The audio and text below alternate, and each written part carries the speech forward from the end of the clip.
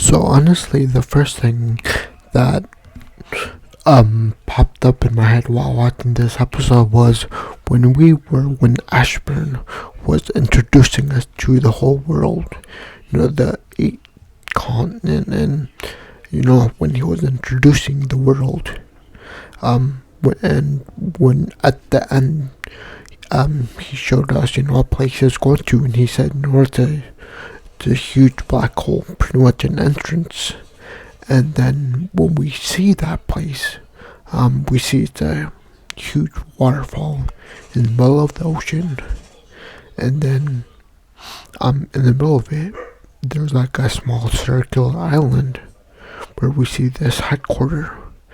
And when I saw that, the first thing I thought about was, okay, in this lobby from One Piece, exact same thing, headquarters, waterfall in the middle of the ocean, same situation. So I thought that was a little cool Easter egg.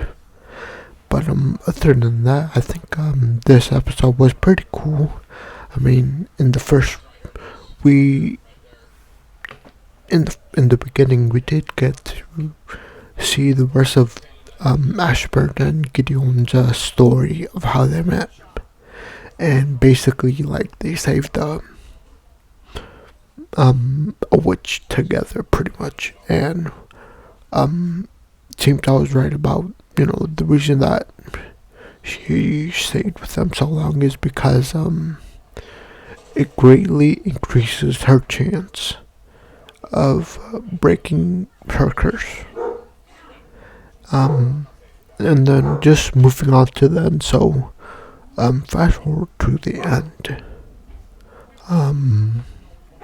So they go to this headquarters, and I guess they go to a tailor room first.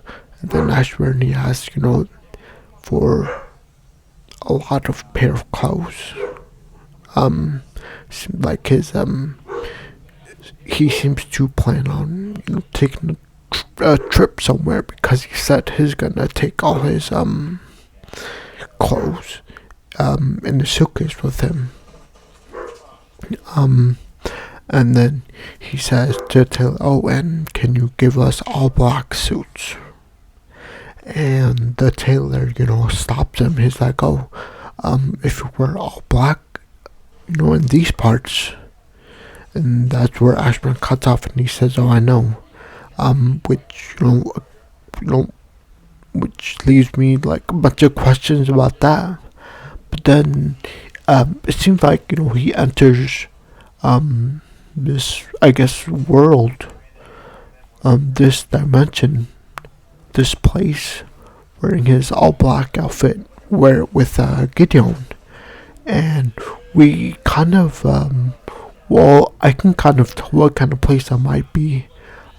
See, when he opened the door, we heard some sounds, and honestly, the first thing that came to mind was like some sort of like casino, because there was a lot of gotcha machine games going off.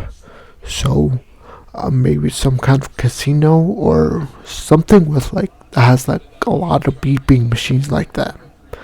And honestly, the way Ashburn and Gideon were dressed, it seemed like they were going to like a party, like a very high class casino. So I do wonder if I'm right about that, but it seems like the show's aiming for a season 2 with the way how things ended in this episode.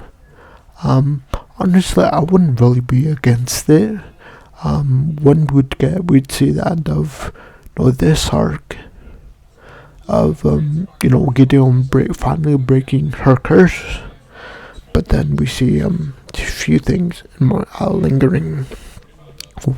With the first thing is that her relationship with Ashburn, like, if her curse is broken, like, what's she gonna do? Is she gonna stick around, or is she gonna completely leave? Like, this is the last time you're gonna see me.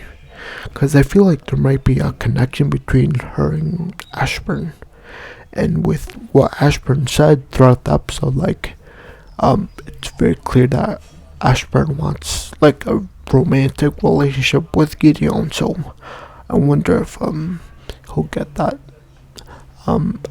after they find a way, to break her curse.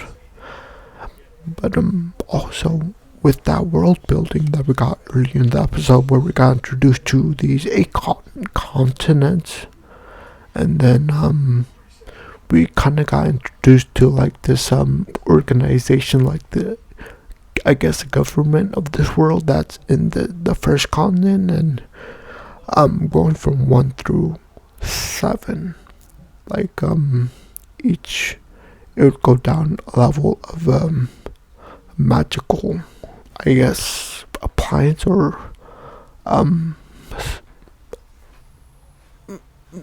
developmental, like magic. So like the first one, obviously, for example, the first one obviously has a lot of magic because there's headquarters, but going down to the second, it'll have less. It'll still have a lot, but it'll have less than the first one. And then that pattern would continue down until 7. So like 3, the third continent, would obviously have less magical things than 2. 4 would have less magical things than 3, and so forth. And then what I found weird was that he said for some reason 8 is still has is very, very developed for being the 8th continent. And I couldn't really understand his explanation for that, but I just found that weird. Like, usually with the pattern, the 8th continent is supposed to be like the countryside, but instead it's kind of another city that gets very advanced. And that kind of leaves me the question, like, why is that one the most advanced one? Like, it's basically a mirror of how advanced the first continent is. And that continent is not supposed to be that developed. So yeah, I just wanted to question that because I didn't really understand his explanation. But yeah, that's another question. But yeah, I'm really for a season 2. I really wouldn't mind it. I think yeah, I would like season 2, I think. But I think I'm gonna end it here. Please leave a like, subscribe, and I'll see you next time. Bye.